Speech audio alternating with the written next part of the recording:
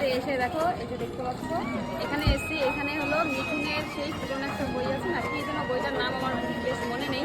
তো যাই হোক সেই এই যে মাছের আড়ত নিয়ে একটা বই ছিল মিঠুনের, মাছ ধরতো মাছের আড়ত, সেই জায়গায় এখানে দাঁড়িয়ে রয়েছি আমরা এখন আর ডাব খাচ্ছি। চলো ওই পাশটাও যাবো, ওই পাশটা গিয়েও দেখবো।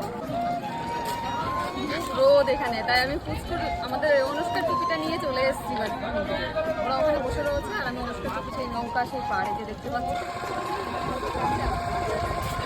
তো এইখানে সেই যে মিঠুনের বইয়ের শুটিং হয়েছিল হয়তো এইখানটায়, তো আসলাম তোমাদেরকেও দেখিয়ে দিলাম। এই যে দেখো দেখতে পাচ্ছ